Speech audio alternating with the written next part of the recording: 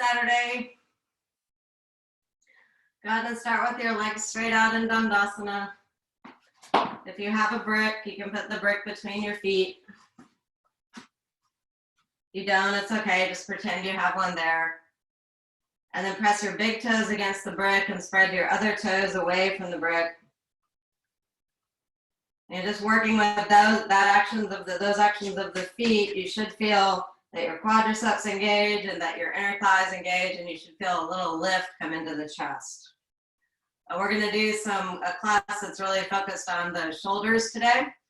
And in order to really work on the shoulders, you have to have firmness in the legs. Because if you don't have firmness in the legs, you can't get the lift in the sides of the torso, and then you don't really have room to fix or access mobility in the shoulders. So just work on the legs with the idea that they are going to help us with the shoulders throughout class.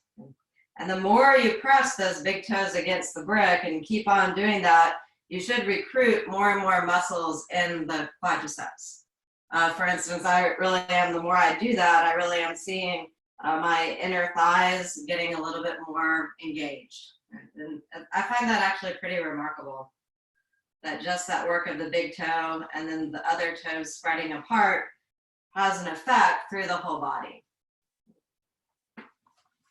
I actually was reading some little headline today. I didn't get to read the article, that supposedly there's some way that your toes can manifest coronavirus. So who knew? But if your toes can actually manifest this radiance throughout the body, it would make sense that the opposite is also true, that they could manifest some form of disease as well. All right, so now bring your feet into Sukhasan, Swastikasana, and take your hands and turn the soles of the feet up toward the ceiling. Use your hands again and turn the calf flesh up toward the ceiling.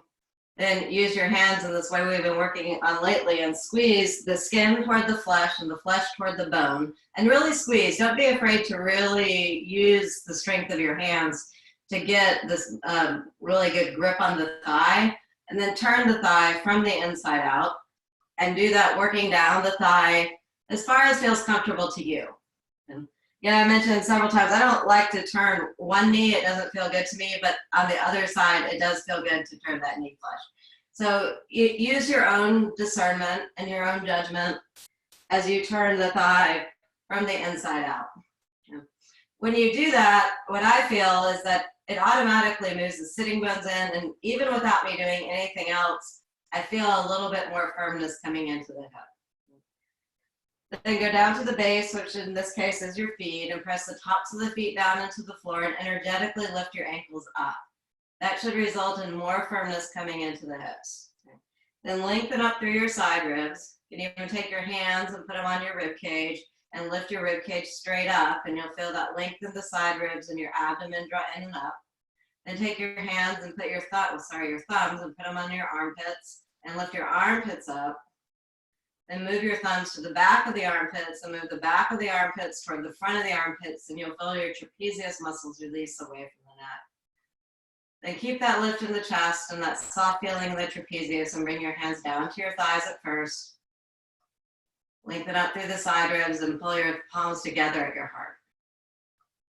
And go ahead and close your eyes. And turn your awareness now to the breath. There are lots of ways to work with the breath. The first and most accessible way, at least for me, is to think of the breath as another way of making a postural adjustment. And so as you inhale, make yourself taller from the tailbone all the way up through the head. Keep that height, and as you exhale, use the breath, or particularly the prana of the breath, to draw the energy outward toward the sides of the body. So as you inhale, you're creating additional length, and as you exhale, create additional width. Inhale, extend yourself. Exhale, expand yourself. So you use the breath just like we would making a postural adjustment to create additional sense of inner spaciousness. I personally think of that a lot like just straightening up the yoga room before you practice. Those of you who were there saw me doing that. I was moving the blocks out of the way, putting my old straps over there, and it makes a more inviting space. Or I actually want to sit down and practice again once I clear out the remnants of my previous practice.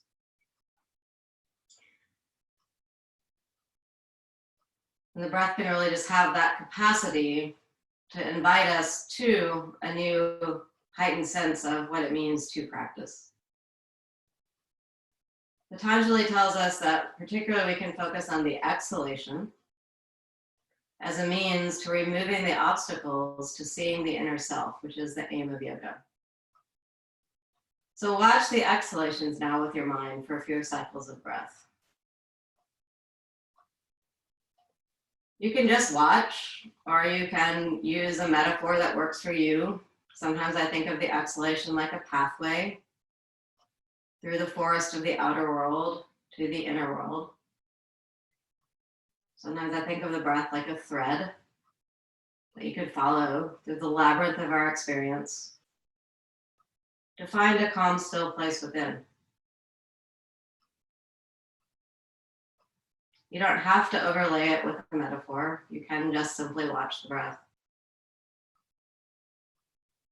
Patanjali continues in that one sutra to say, also watch the pause that comes at the end of the exhalation.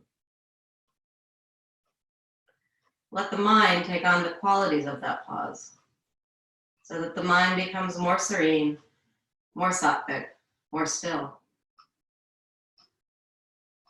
And from that still place within, let's chant 3 M's together.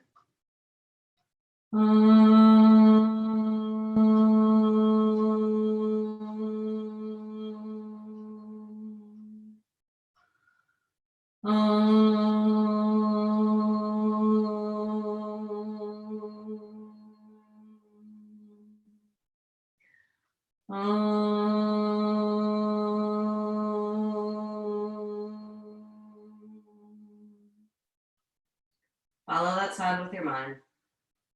Follow the reverberation of the sound with your mind. And from that space, inhale once more.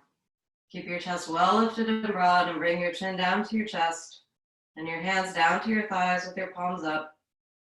And then raise your head and open your eyes. You can put your glasses back on now so you can see the outer world or the outer world of the screen. And then stretch your legs out into Tadasana again and take the block or the brick and put the brick between your big toes. And again, just practice that work of the feet. All right, push the big toes against the brick and spread your other toes away from the brick and look to see if, like, okay, for some reason my left toes are working a little bit better and getting broader than my right toes. So I'm just gonna give a little bit more energy and attention to my right toes and see if I can get them to spread a little bit more fully. Also think about length. You can even use your hands. It's not just a lengthening, spreading of the toes, but you actually want to stretch the toes straight up toward the ceiling, like they could actually stand up taller and uncurl a little bit. Yeah. And when I do that vertical aspect of the toes, I feel the tops of the quadriceps engaging even more.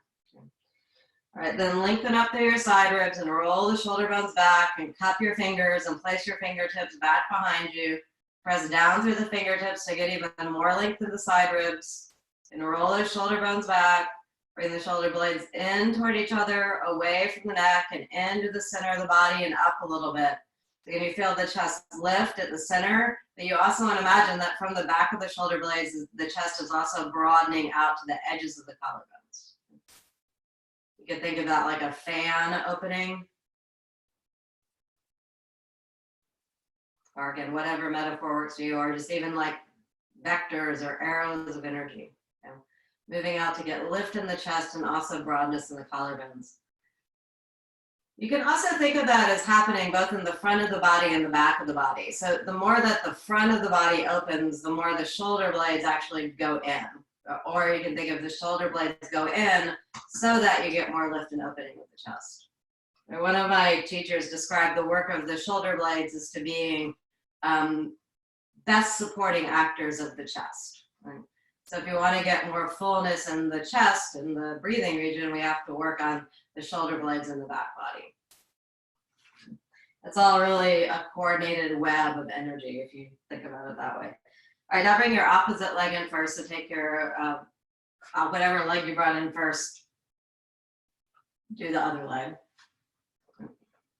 Turn the soles of the feet up toward the ceiling. Turn your calf flesh up toward the ceiling. Use your hands and turn the thigh flesh as well. Again, in doing that, it's not just that you're moving the flesh, but you're kind of getting the flesh out of the way so are more integrated with the action of the bones. And so your sitting bones, you should actually feel move in, which results in a lift in the chest. Then press the tops of the feet down to the floor and energetically lift your ankles up, and you'll feel firmness in the hips and lift in the chest. Again, lengthen up through your side ribs. Roll your shoulder bones back. Bring your shoulder blades in, away from the neck, and into the center of the body, and up a little bit, and out to the edges of the collarbones. So you're just sitting up straight and tall.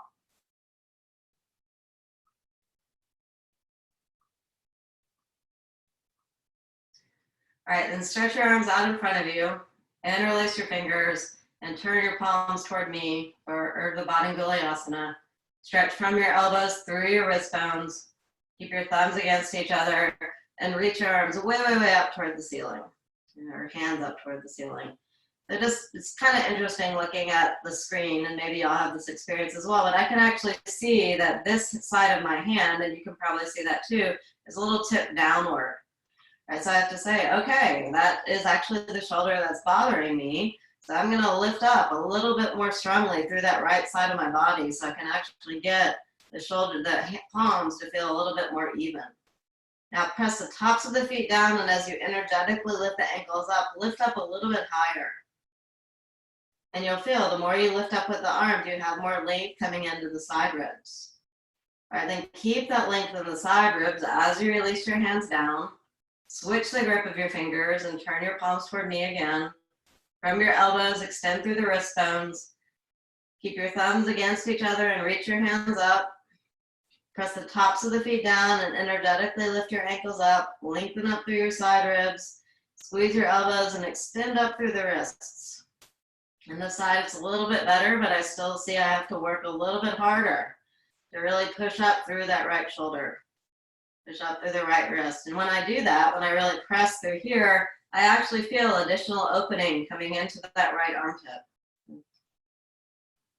And then release and come down and sit again into the Sukhasan. Feeling the additional vitality that's coming to the chest just by doing Urdhva Bandha. All right, and then come forward onto your hands and your knees. And turn on your mat if you need to. You can see I have this nice nifty little cross mat situation. But you're gonna come into downward facing dog for our first test dog of the day. From your elbows, just like you did in Urdhva Bandha, press through the thumb and the first finger.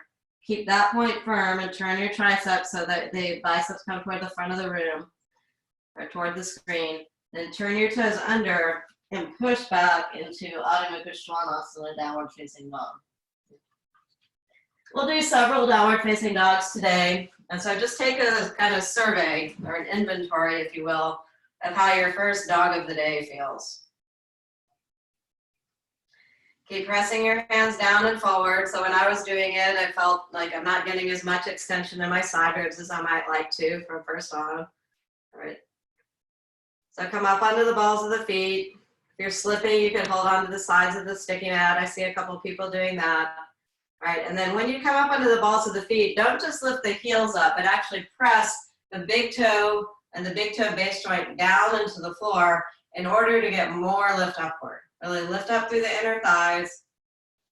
Just like you had the kind of that push of the big toes down is very much like the big toes pressing against the brick. It should result in you feeling additional firmness coming into your quadriceps. All right, then keep pushing your hands down and forward as you move the weight back more and more and more into your legs. And then roll over the balls of the feet. And as you reach the heels back, also extend through the arches of the foot. Okay, so you're really pushing and reaching through that arch so that your heel actually goes back down toward the floor. Good. All right, and then walk forward till your feet are right underneath your hips. Place your hands on your pelvic bones. Roll your shoulder bones back and come all the way up and stand in Tadasana. So now you have your feet together, but you can push the big toes against each other, just like there was a tiny brick between them, and spread your other toes wide apart. Leave your buttock flush down, lift up through the quadriceps and the inner thighs. Lengthen up through your side ribs and roll the shoulder bones back, and bring the shoulder blades closer together toward each other, away from the neck and into the center of the body and up and out toward the edges of the collarbones. And stretch through your ring fingers as well, and you'll feel the tricep muscles come closer onto the bone. And just be in Tadasana. So I'm feeling that work we've done already with the legs is bringing my awareness more to the midline. But already my legs feel like they're working nicely. I feel a little bit more weight on the inside edges of my heels. And that's resulting in this feeling of upward liftment, just physically, but also even my consciousness is feeling a little bit of upliftment. You know, 4 poses and you feel that effect. It's really an incredible testament to the power of yoga practice to transform your experience. Okay, so on Friday I did this also, those of you who took the Friday class, but so my own shoulder has been bothering me a bit, and so I've been wanting to teach some of just like the basic shoulder principles that help with fixing shoulder and neck kind of tension and tightness. And so the first one, like I said before, is that you really have to work the legs. Because if your legs aren't firm and engaged, you can't get the length in the sides of the torso. And you can't really do anything with your shoulders if you're kind of all slunched over. It doesn't do any good to like move the shoulder back or try to get the shoulder blades on the back if you're kind of sinking from the base, right? So go ahead and take your brick, if you have one, or a block or a book, whatever, something that you can put between your thighs. Even like a rolled towel would work. You know, you really don't have to have all the special yoga props. No, you know, while you're here, not a bad time to invest in getting them, or while you're there. And then you want to put the brick between your thighs, as high up between your thighs as you can go. Right, and then press down into your heels, and you do several things with the bricks. Use your inner thighs to lift the brick upward, like you're actually trying to suck the brick up into your body. Then from your outer hips, squeeze the brick. So you lift up through the inner thighs and you squeeze the brick. And then the third thing you should do with the brick is shoot the brick back behind you a little bit. You know, I often imagine that a lot of you heard me say this. It's like you're a human Pez dispenser and the Pez is the candy that's like the brick and you're shooting it back behind you. Now, when you do that, you also should move your buttock flush down and you'll feel your abdomen draw in and up. And you should also feel a lift come into the chest. With this brick in my thigh, between my thighs, I actually feel more awareness of that outer edge of the collarbone. Probably just because my feet are a little bit more apart. So I'm more aware of this outer edge, which is nice. Okay. So one of the things that also happens, you know, with shoulders is that when the shoulder is hurt and you go like this, it kind of impinges that front of the collarbone, which doesn't feel all that good. So we're really wanting to keep as much broadness across the collarbones as possible. All right, then take the brick out of the way. And then join your feet together. And that work with the brick should have, you know, Iyengars often say, intelligize the legs, or it leaves an imprint. So for when I took the brick out of the way, it's not like the brick is still there, but now because it's away, my legs just feel like they're pushing together a little bit more. I feel more firmness in the outer hips, that compaction of the hips that because Iyengar talks about in the description of Tadasana. And now press down into your heels, lift up through the inner thighs, lift all the way up into the chest, and then reach your hands up into Urdhva Hastasana. Upward hand pose. Press down into the heels and reach up through your ring fingers. So you get as long as you can. Now as you lift up, the shoulder bones may come up, but try and keep the trapezius moving away from the neck. Reach up even higher. And then turn your palms down, and as you push your palms down, push down through that element of the air so that you get more lift and broadness coming into the collarbones. And when you really push with your hands against each other, you may also feel that your arms come a little bit more firmly toward the torso. And I can actually feel that that movement of the arms is moving my shoulder blades in a little bit more, which also supports that lift and opening of the chest. All right, then reach your hands up again into Urdhva Hastasana. And with a second, principle of shoulder work in some ways is to getting this length in the side body. So we're gonna turn to the side so we can get more length in the side body. All right, so reach your arms up. I know you can't quite see my hands, so I'm gonna move back a little bit. All right, then take your right wrist with your left hand and use the left hand to pull the right arm up even more. So you should feel really from your hips, maybe even down into that there's more length when you have the work of one hand helping the other hand. Pull straight up first, and I'm even feeling my abdomen draw very nicely into my spine. All right, then tip over to the left. So as you go to the left, you're making yourself even longer through the right side of the body. And I feel that not just in the sides of my torso, but really all the way into my pelvic region. And when I really press down into the feet, I feel that even more. So I've gotten additional length. Now, when you come back to the center, pull even more. So you not only do you keep that length, but you actually get more length. All right, then make your hands match each other again into Urdhva Hastasana. Let your trapezius muscles release away from your neck. Then hold on to the opposite hand and pull that hand straight up. And it's not just that you're pushing the wrist. What you're after is getting this whole length in the sides of the torso. And the more that arm lifts up, hopefully it brings the side of the torso along with you. Now press down into your left heel as you tip over to the right. Keep pulling with your hand on your wrist and lengthen up through the ribs. And you're tipping over to get additional spaciousness, additional length. Now keep that length. Don't only keep the length, but actually create more length as you come all the way back to the center. And then reach your hands up again into Urdhva Hastasana. And then like you had two imaginary hands, pull up a little bit more. Then keep all that additional height. Turn your palms down. Push your palms into that air element as you come all the way back into Tadasana. And feel the additional vitality that's already come into the chest. Okay, we're gonna do that same thing with Urdhva Badanguliasana. So stretch your arms out, interlace your fingers, turn your palms toward me, extend from the elbows through the wrist bones, reach your palms up, press down into the heels, lift up through the quadriceps and the inner thighs, and extend up through the wrist bones. All right, now even with your hands in this position, go ahead and tip over to the side. Press down into your heels, particularly the right heel as you tip over to the left. When I have my hands in this position, I feel more stretch in the armpits, and I also feel some additional feeling in the outer hip. Press through both wrist bones as you come all the way up back to the center. Let your trapezius muscles release down. Then lift up again and go to the other side. Feel that additional stretch in the armpit, additional stretch in the side ribs. Come back to the center, make yourself tall.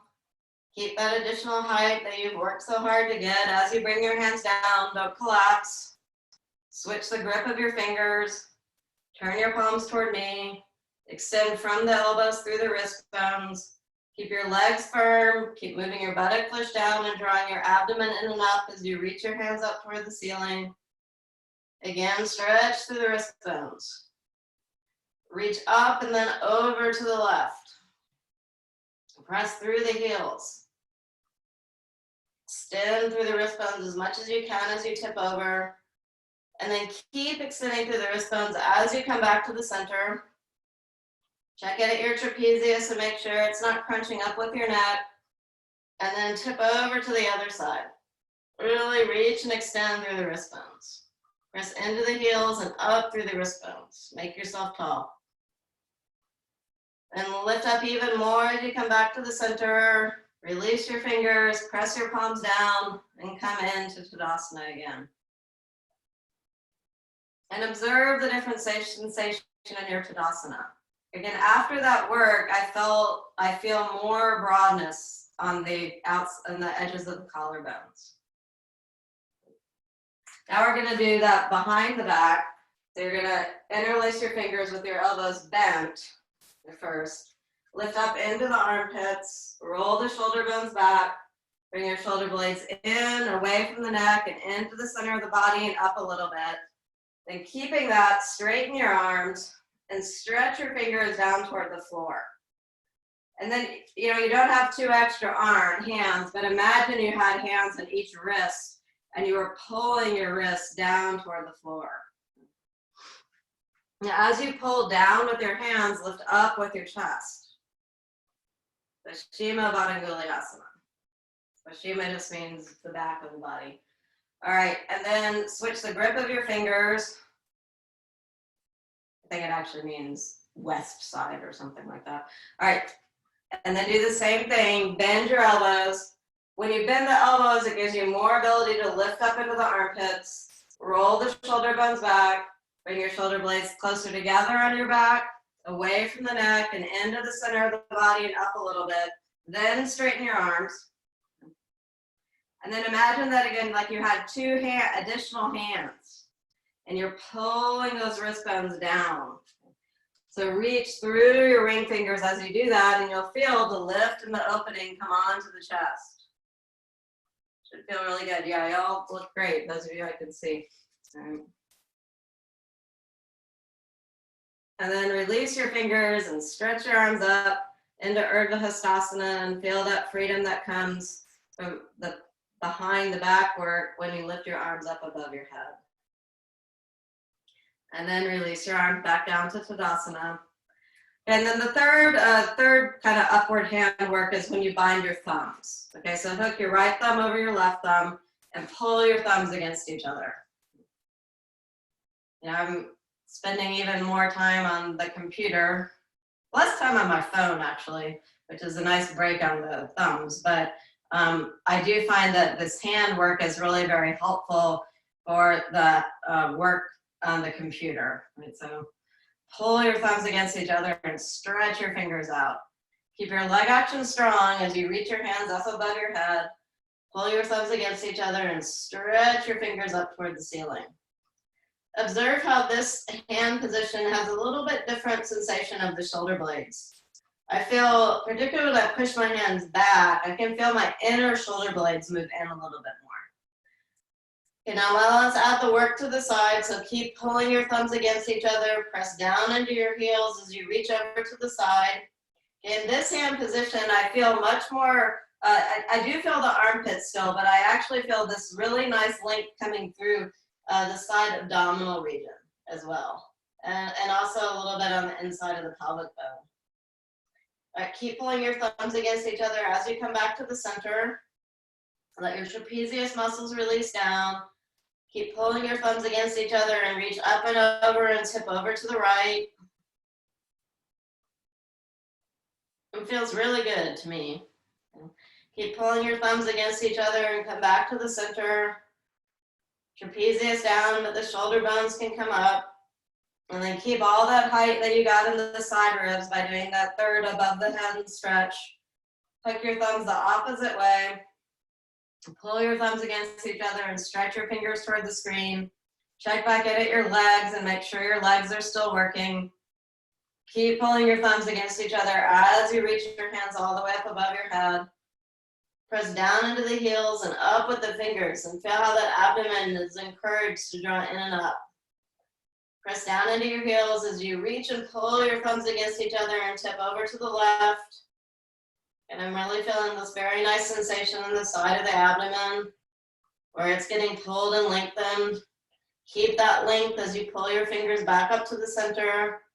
Pull your thumbs against each other and reach your fingers the opposite way. Or tip the opposite way over to the right. Keep pulling your thumbs against each other as you come back into the center. And release your hands, push into that air element as you come all the way back down and do Tadasana.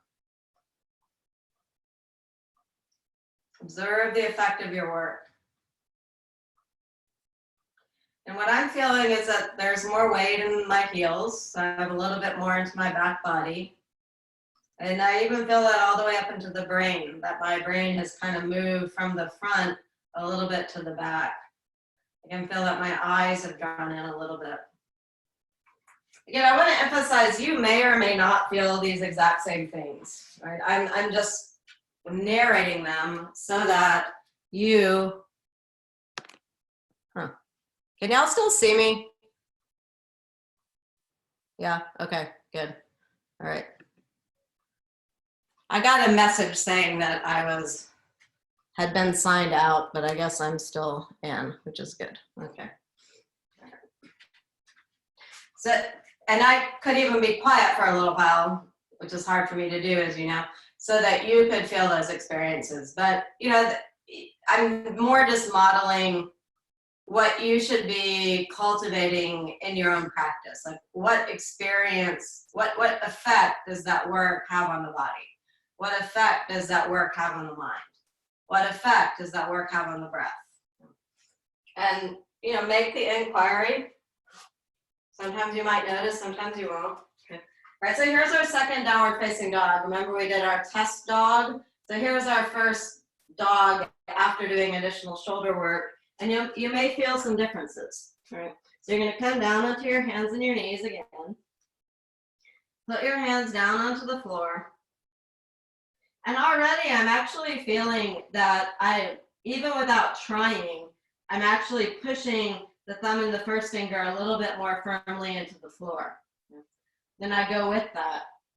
I also feel that my shoulder bones are more kind of in the center of the socket, and my tricep muscles are more readily turning in, even without me telling myself to do that. It was just the work of the arms and the overhead plane kind of told my hands and shoulders what they need to do. All right, then keep pressing your hands down and forward as you turn your toes under and push back and come into Adho Mukha Svanasana, downward facing dog.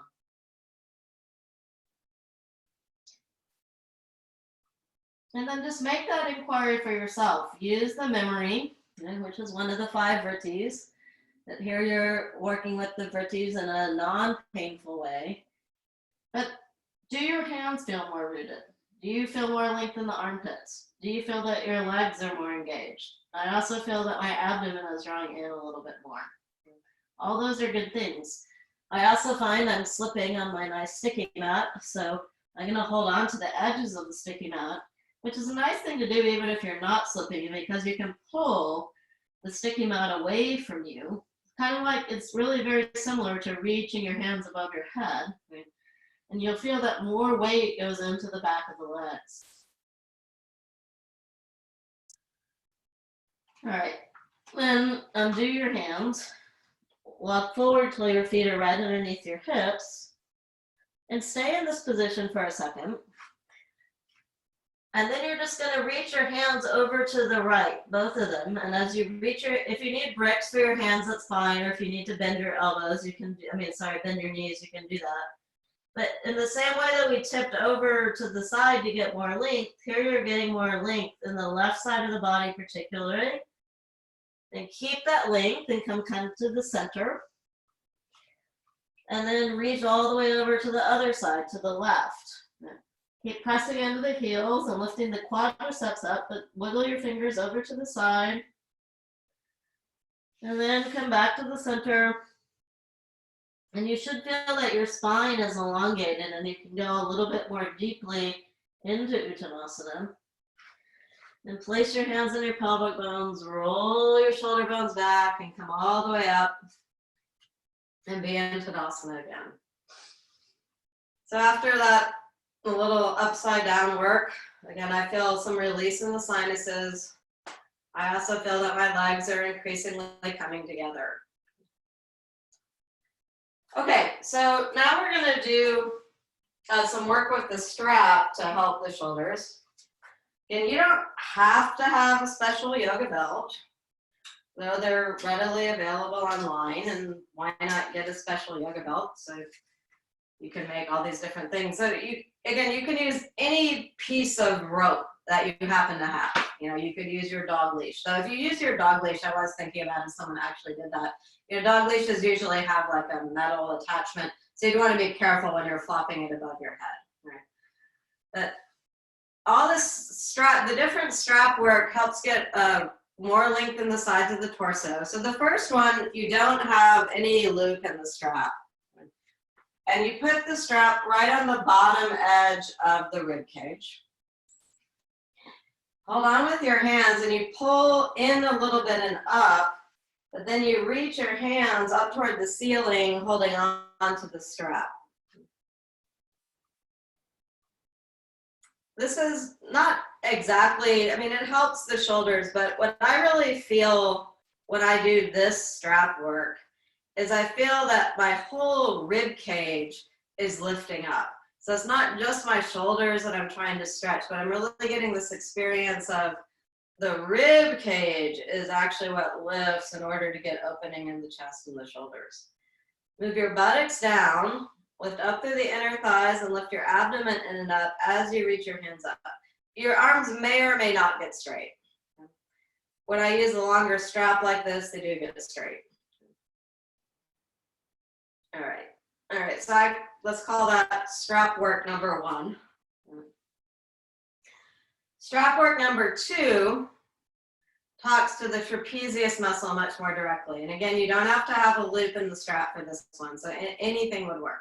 All right, so I'm gonna, without hitting my head, I don't have to worry about hitting anyone else because I'm the only person in the room, I flop the strap over my trapezius muscles.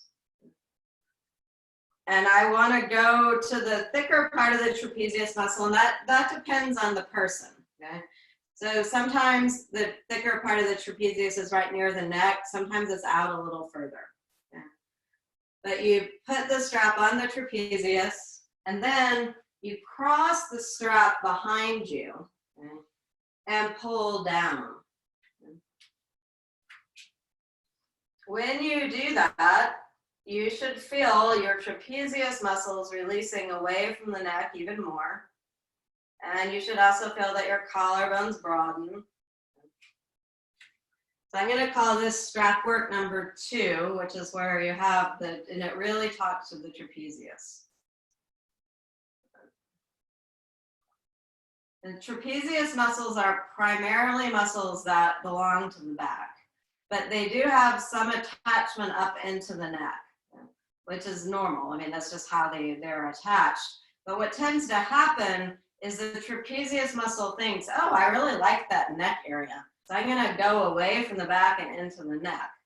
And so what you're really trying to do is just train them to stay away from the neck so the neck is free.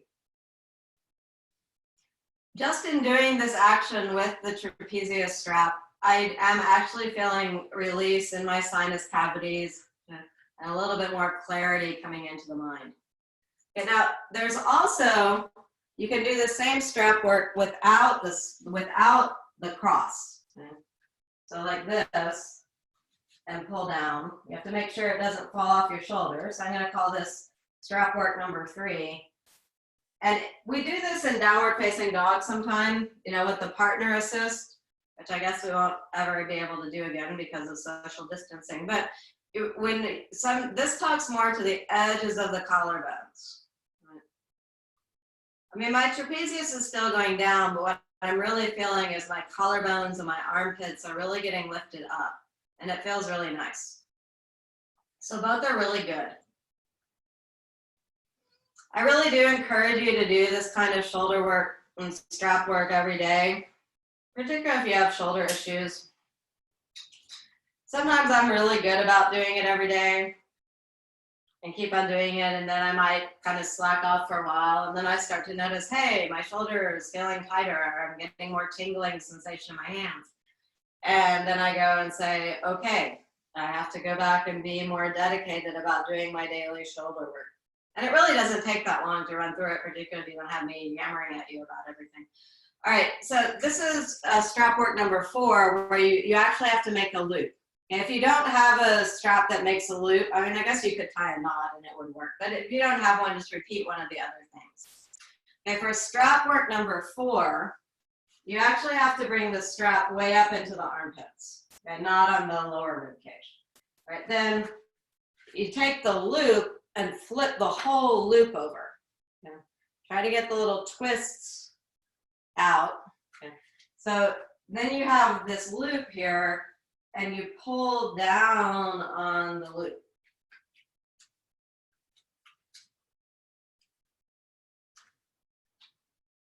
This is a way of working with the strap that I just learned very recently. Can't remember if it was in an Abhijata or a Rajlakshmi sequence. Can you show that again? Yep, I will. Thank you. So we're going to do all four of them again too. I've just got a loop. It's a loop, and it's like a hula hoop. See how I'm in the loop? I don't know how to hula hoop, but I don't have to. And it's up near my armpits, right? Okay, then all I'm doing is flopping the loop over my head. And so the loop, you don't even have to pull it underneath the other strap. The loop is back behind me, and I pull. Does that make sense? Okay. And you can, I can see on myself that what this is doing is that it's really broadening the front of my chest. And it's really giving me this lift up into the collarbones. And it talks to the trapezius a little bit, but it's really more like strap work without the cross. And I learned it from doing some of those Puna sequences that are on the Eastern Yoga blog, and she was teaching it in the context of backward bending. So you can actually stand here in Tadasana and arch backward a little bit and pull on your strap. And it really frees the neck very nicely. And then having arched back a little bit, you can come back to the center. Okay? All right. So let's just go over those four. Oh, wow, that feels great when you take the strap off. Again, I feel more sinus release. I feel a little taller. Feel more upliftment in my consciousness. Okay. So again, let's go over the four strap positions again. Okay, so strap work number one, no loop. In strap work number one, you put the strap on your lower rib cage, pull in a little bit, and then lift straight up. So ideally, the strap will stay kind of hooked underneath that lower rib cage, which is why you have to kind of push in and then lift up. I'm kind of holding the strap like this with between my thumb and my first finger, but you can also grip it if it bothers your thumb. For me, I actually like the stretch on the thumb. Right. And then you're lifting up. And what I feel in this, this is helpful for the shoulders, but what I really mostly feel is how the rib cage itself has to lift up, and I get a nice release in my lower back. And I can really feel, I can really move my buttocks down a little bit more. It feels nice. Okay. All right, strap work number two. The strap is still on the lower rib cage. You take both parts of the strap and flip them over your head. And the strap is now on the trapezius muscles near the neck. I cross the strap behind me, grip the strap, and pull down. Even just reaching to find the strap is really good for your shoulders behind your back.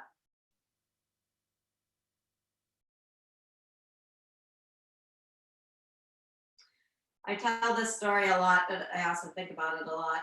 I don't remember who taught me this, maybe George Purvis.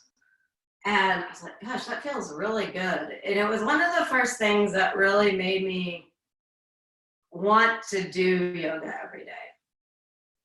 Like not in terms of like an internal, yeah, I really want to do it. I mean, I didn't have access to like yoga studios really when I lived in Waco and first started yoga. And I was like, I always exercise. So it wasn't really hard for me to practice every day, but it was more like maybe something I felt like I should be doing rather than something I wanted to be doing. And when I learned this, I said, you know, that feels so good. Why wouldn't I do that every day? And so I took one of these straps and put it in my drawer where my coffee filters were. And as I was waiting for the coffee to drip through every morning, I would put the trapezius strap on. And that was really great. I don't do it in the coffee filter room anymore, but it was just, it marked for me a really big transition in my practice, I guess is what I would say. Okay, so that's strap work number 2. Strap work number 3, same idea, except you don't cross the strap. You put the strap right at the edges of your collarbones. Okay? You have to make sure it doesn't fall off your shoulders, right? But you don't cross the strap and you pull straight down. So this one is lifting up the collarbones also. And I feel taller in the chest and also broader in the chest. It's also very strengthening for the hands to be making this gripping sensation. All right, so that one's good. I like it. I don't personally like it as much as strap work number 2, but it's good. All right, now strap work number 4 is the one where you have to make the loop. Okay? So you make the loop, it's a big, huge loop. The other difference with strap work number 4 is you have to move the strap on your back up where it's right next to your armpits, or up really into your armpits. Now you've got the loop, and you just flop the loop over your head. Okay. Then the loop's behind you now, and you just pull down. This one is really like, I guess I would say it's like a turbocharged strap number 3. Because when it's up higher in your armpits, you really get this lift in the armpits. The armpits move from the back of the armpits toward the front of the armpits, and you just pull down, and you can feel that release in the neck that comes. It's really nice. And so, again, the sequence that I learned this in, for instance, like if you were doing Uttanasana or Camel pose, you could put the strap on in Camel pose and arch back. Or you could do it just standing here. So be in Tadasana, press into your heels, and then just arch backward a little bit, like you're looking up toward the ceiling. But as you do that, really keep pulling on the strap. And then reach up and make yourself even taller as you come back to the center. And then release on the strap. And then stand in Tadasana and just feel that good effect of your strap work. Okay, so these are really simple things, right? You know, we did, or just to review, we did Urdhva Hastasana, right? We did Urdhva Baddha and we tipped to the side. Oh, we also tipped to the side in Urdhva Hastasana. We did behind the back, Paschimma Namaskarasana, or Baddha. We bound our thumbs, lifted the thumbs up and went over to the sides, right? And then we did our strap work. Right. And all our legs have really been doing is just staying and doing their work in Tadasana. And just observe the effect. My hands feel much freer. My thumbs feel a little bit less crinkled up. And all from, I mean, we have been working for a while, but they're really easy, accessible things that don't actually require any large amount of flexibility at all. And just feel how the brain feels, feel how your breathing region feels, feel how your chest feels, feel how your legs feel. It's really quite remarkable. And then the last one I just want to go over in terms of the hands is the 3 hands at the wall. You can do this with or without a strap, but since we might have the strap, for this strap, you need a smaller loop. My loop is, I also think this kind of works better with the Puna straps, but it's okay. Use what you got. My loop just had little crinkles in it and it was bothering me. So,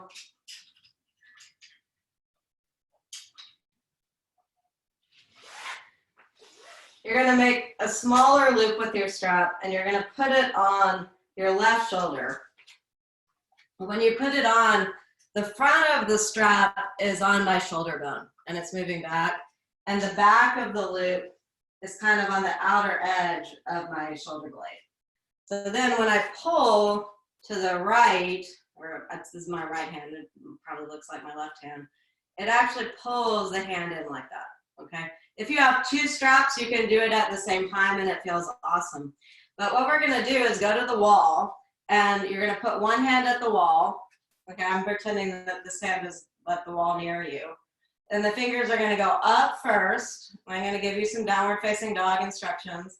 Then you're gonna turn the fingers back and then you're gonna turn the fingers down, okay? And the whole time you're pulling with the other strap, okay? So everyone find a little bit of wall space. If you don't have a wall, you can also just pretend you have a wall, just like I did, okay? All right, so I have my left hand on the wall and I'm pulling the strap with my right hand. Spread your palms against the wall and from your elbow, extend through the thumb and the first finger and then turn your upper arm from the bicep toward the tricep and pull on the strap.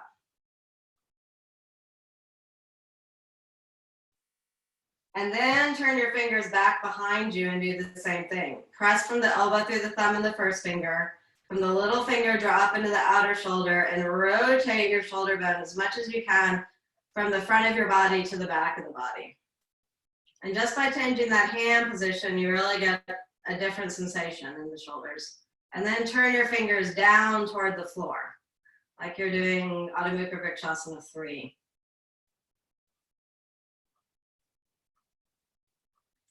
If you were just going to do one of these things every day, I would actually say this one for me. I really think it kept me from having to have shoulder rotator cuff surgery doing this and also doing the 3 hands at downward facing dog. Okay, then switch sides. So you're going to put the strap on the other side. And again, just to review, the strap goes on the front, right on the shoulder bone. So it pulls it back. And in back, ideally, the loop is about the size of your shoulder blade and it pulls your shoulder blade in for you, okay? Then go back to your wall, put your right hand on the wall and pull the strap with your left hand. And you should feel the shoulder bone move back and the shoulder blade move in. Then from your outer elbow, press through the thumb and the first finger. From your little finger, draw up into the outer shoulder and then turn your shoulder bone in the socket from the front to the back.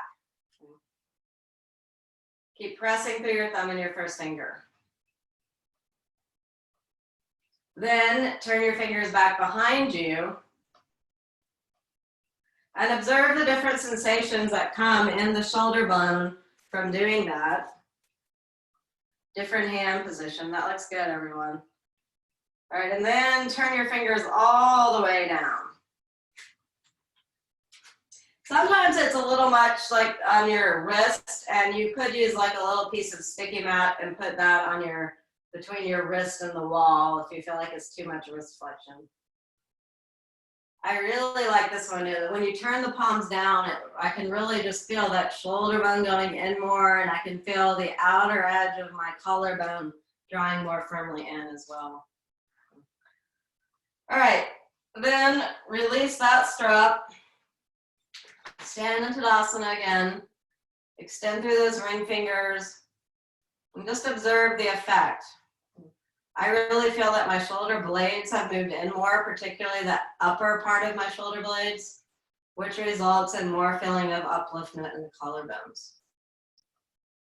All right, let's do our next test, downward facing dog, so you can feel how the strap work really helps your downward facing dog. So place your hands down on the floor. You can come onto your hands and your knees if you want to. But yeah, it's really like once I place my hands down, my arms are just trained and they're ready to go. I can really feel my thumb and my first finger are down. I can feel my little finger drawing up into the outer shoulder. And everything's ready. It's like that's what intelligizing the body is an example of what that means. You don't so much have to go through the litany of the instructions because the yoga or the poses itself has actually told or trained your body what to do. So the body just knows what to do. And I'm feeling in this downward facing dog, I'm really much more aware of my shoulder blades going into the center of the body. My heels are really nicely down and my thighs are back. And then walk forward till your feet are right underneath your hips. Place your hands on your pelvic bones and roll your shoulder bones back as you come all the way up. And then stand in Tadasana again. All right, so we're gonna do an abbreviated version of the inversion stuff today because we spent a little bit more time on the shoulders. So you're gonna, first one is Uttanasana. So you're gonna get a brick. If you have 3 bricks, great. If you don't worry about it. But you want 1 brick and it goes right on the top of the head. Uttanasana, standing forward bend. You can bring your feet about hip width apart or even a little wider if you're hamstring challenged. And at least have your fingers cup shaped. And if you have extra bricks, you can put your hands on the bricks. Yep, that's right. Brick right in the head. Excellent head work, everyone. All right, and then you're gonna fold forward. You might need to put your hand 2 bricks down. That's totally fine. Want to keep your legs strong. I'm gonna make sure that your weight, so 2 things tend to happen with the legs when you're doing this. One is sometimes you are so excited to get your head to the floor that the weight, the legs drift forward, or the hips drift forward. Sometimes if the weight comes back into the heels, so you want to make an even feeling of balance between the balls of the feet and the heels, so that the spine extends down. The other thing you may notice that happens if you stay in this pose for a while is that what support you needed for your head at first may lessen. Right? So it's okay to say, now I feel like that brick is actually crunching up into my head. And so you could make your feet be a little closer together, or you could, maybe if you have 2 bricks, you might be able to go down to 1 brick. The immunity sequence itself, it says, you can do this for 3 to 5 minutes. And it actually says, and so particularly if you're staying for a long period of time, you really will need less height. So, and that way it might be good to actually use a set of books, because you could lower down 1 book at a time.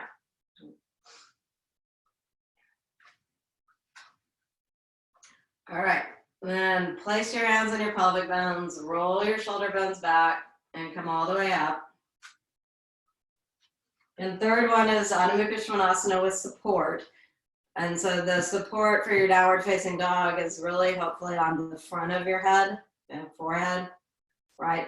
For me, like right near where my hairline is, though I realize people's hairline is in different places, so that's really not a good instruction, right? But to get there, you put your head, the brick goes right underneath your chest.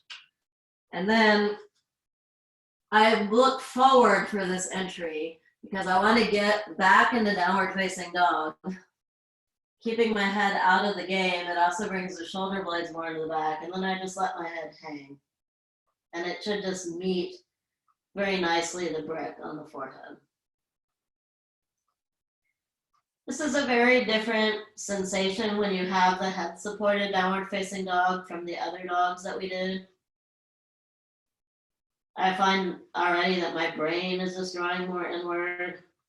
It's also, your arms and your legs are still working, but you don't actually have to work as hard because the head is also doing some of the work of the pose.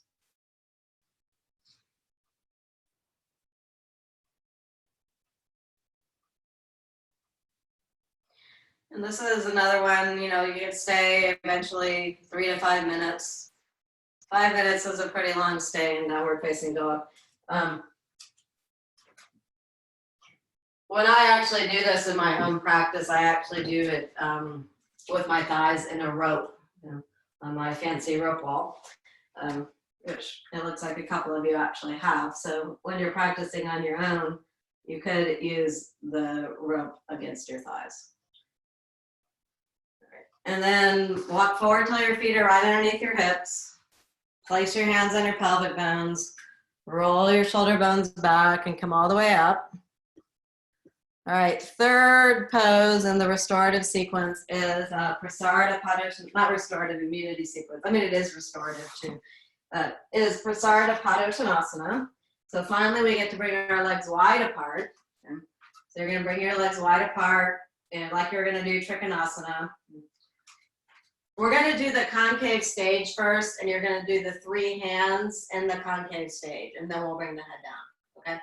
So stand with your feet wide apart, press into the little toe side of the foot and lift up through your inner thighs. And then fold down. If your hands don't go to the floor, you can put your hands on bricks. Okay. But from your pubic region, extend forward through the collarbones and have your hands just fingertips pointed straight ahead first.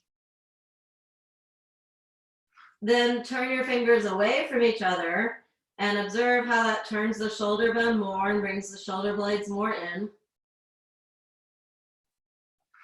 Then turn your hands all the way behind you so the fingers are pointing in the opposite direction of the toes. You can observe how that really just talks to the shoulder bones and the shoulder blades.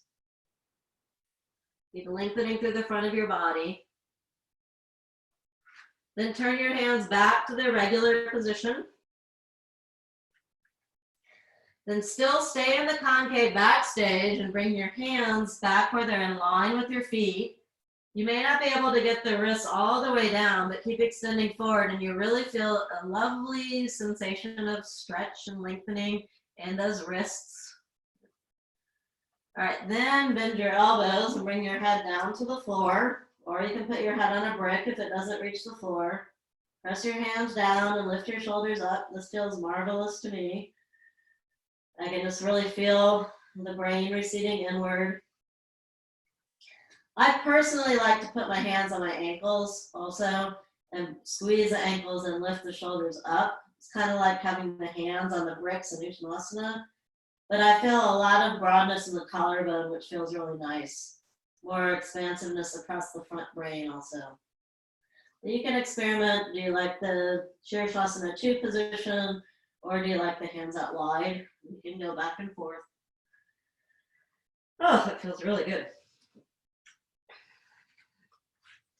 All right, and then put your hands back into Sukhasan 2. Then bring your hands back into the concave stage. You can keep your hands back and by your feet, or you can move them forward. Then move your hands forward. And then place your hands on your pelvic bones, roll your shoulder bones back, and come all the way up and stand in Tadasana. Now it's time for Sukhasan. And if you don't do headstand, repeat one of those poses that we, Uttanasana, downward facing dog, or Prasarita Padottanasana. You can also just stand in upside down headstand. And remember, we've also been working on headless headstand prep, where you interlace your fingers, have your forearms on the floor, and then just come up and you keep your head off the floor. And if that feels okay, you can also lower the head slightly down to the floor, and you can go up and down a little bit. Okay, so that's another way to begin to approach headstand. But you can also just do one of the 3 preceding poses, okay? So do whatever you do when headstand rolls around. Bob, your legs are listing a little bit to the right. So if you can move them over to the left a little bit. Yeah, a little bit more even. There you go. Good. That looks good, Cheyenne. Like the 2 chairs, Vicki.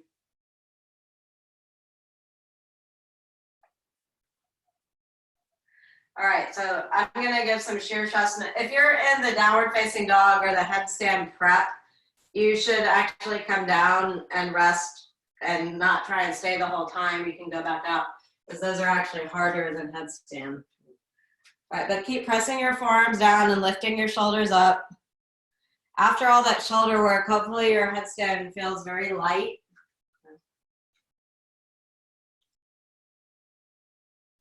Move your buttocks up towards your heels. If you remember that first strap work where your rib cage was lifting up and how the freedom in your lower back that came there, ideally you should have that same sensation in Shirshasana.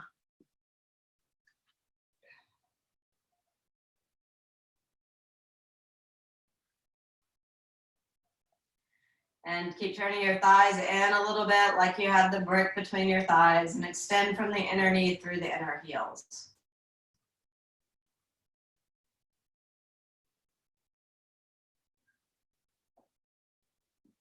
All right, so we're gonna come down.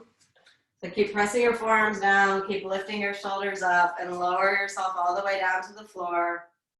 And then rest in downward facing child's pose.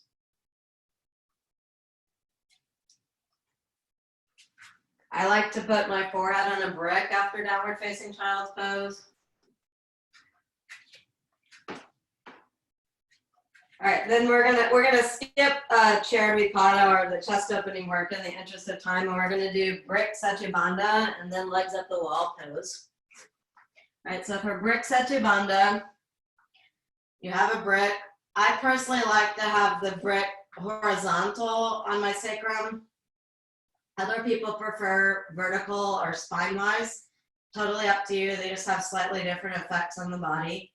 I tuck my shoulders underneath me, lift the buttocks up high, come up onto my toes so I have enough room to get that brick right underneath my sacrum, and then I lower the heels down to the floor. If you feel like this is too high for you, you can do the brick on a lower level. You can also do Chatushpadasana without, if you don't have a brick. Right, then you want to try and work your legs closer and closer together. I mean, the tendency is to keep the legs out wide and the knees kind of splay, but ideally you want to work with your legs together. That's hard, it's challenging for me. Sometimes that bothers people's lower back, and so you can keep your feet, a little bit apart, but try not to keep your feet wider than your hips.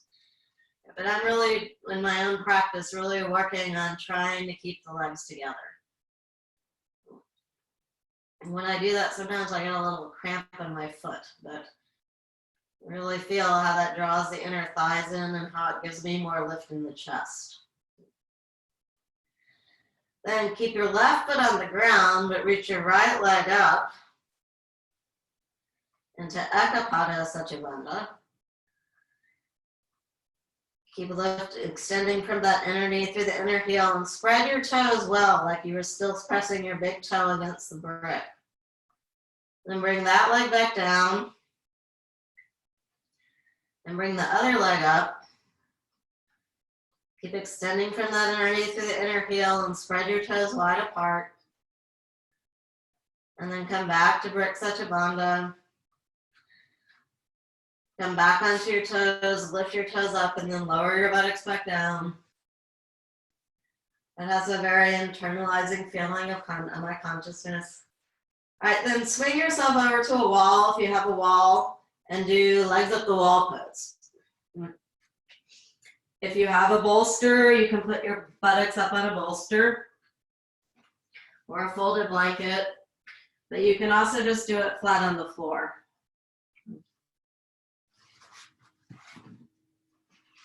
Flat on the floor is really nice for the lower back. It's given in a lot of back care sequences. When you elevate your buttocks on a bolster or even a bolster and a blanket, what you'll feel is that the abdomen readily draws in, and you'll feel more of a lift in the chest and more Jalandhara Bandha. Okay, so all of that works more on the inner or the organic body. Let's just do what feels good to you. And let your eyes release into the back of your head. Let your tongue release away from the roof of your mouth. Unclench your jaw. Let the back of the throat release. Let the sides of the throat release. Let the base of the throat release. Oh, look at that cute puppy, Holly. Let your ears draw inward.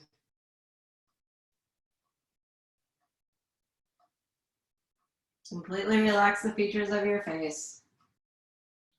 Become quiet within.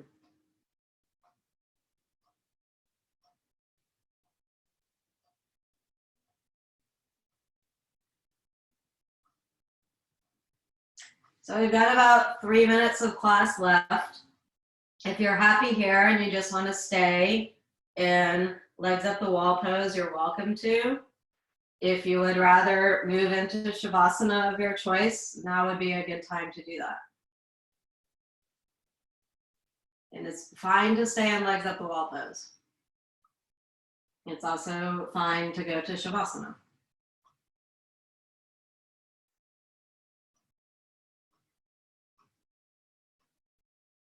But regardless of what you choose, take your awareness to your senses of perception. Let your eyes release into the back of your head. Let your tongue release away from the roof of your mouth. Unclench your jaw. Let the back of the throat release. Let the sides of the throat release. Let the base of the throat release. Let your ears draw inward. Turn those senses of perception from the outer world to the inner world, the inner landscape of you, the domain of yoga.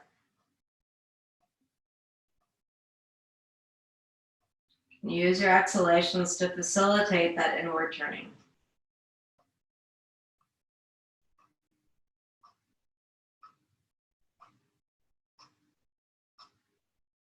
Patanjali says that yoga is the practice of stilling the fluctuations of the mind. He goes on to say at the very beginning, when that happens, we come to dwell in the space of your own true splendor. That's the space that we touch in Shavasana. Now, from that seat of your true self, from the space of your own true splendor, inhale. Use your inhalations to bring that awareness of your true self with you as you go about your work in the world. Those of you in legs at the wall pose still, push yourself a little away from the wall, bend your knees and roll over to your right side. Those of you in Shavasana, place your hands on your rib cage, bend your knees and roll over to your right side. And then use your hands to push yourself all the way back up. Sit up straight and tall, lift your chest well, close your eyes and fold your palms together to your heart. Observe the effect that your practice has on you. Observe it on every layer of your being, from the physical to the most deeply spiritual. In gratitude to the benefit you receive from your practice of yoga, in gratitude to the people who have the opportunity to learn and study and practice yoga with, and in gratitude to the lineage of Hatha Yoga itself, as practiced by Bhikkhu Iyengar, reaching back to the sages of India, and down through a line of teachers and students to you, here on the mat in Austin, Texas, or wherever you happen to be in the world. Namaste. Happy Saturday. All right, I'm going to unmute so everyone can say hello and goodbye. Thank you, Anne. That was great. Good. I'm glad you liked it. Yeah, very good. You have our shoulders now. Yes, you have your shoulders now. And I found It's some great work. My shoulder feels very light. Good. Good. I'm glad. Very, Yeah. very, Good. very, very excellent class. Thank you. I enjoyed it too. I'm going to come Thank back you. to this because I had frozen shoulders for 2 years. Yeah. Frozen shoulders. So this is, and I mean, I'm better, but this is going to really help. Yeah, it does. I mean, I've had that. I have that too. I even had some tears in my rotator cuff, and this work really helps keep everything together. It's amazing. what I found for me, Anne, is created a closed circuit between my Yeah. hands and my feet, so I could work in the fascia, and I could feel how through the feet, through the legs, through the pelvis and abdomen, I come up into my arms and reverse. Mm-hmm. So it kind of connected the whole inner body. That's what I really loved about it. That's great. That's what it should feel like. Hey, Radhika, I didn't know you were in class. Good to see you. Thank you so much, Anne. You're welcome. Thank you so much. You're welcome. Bye-bye, everybody. Bye. Bye. Bye-bye. Bye, Monica. Bye, Vicky. Bye, thank Bye, you. Shiva. Bye, Marissa. It's great to see you. Good to see you, Pratima. Hey, Sugi. Bye, Ann. Hi, Shankar. Thank you, Anne, very much. You're welcome. Thank you. Thank you, Anne. You're welcome. Good to see all of you. See you next week. Have a good rest of the day, everyone. Thank you again, Ann. You're welcome.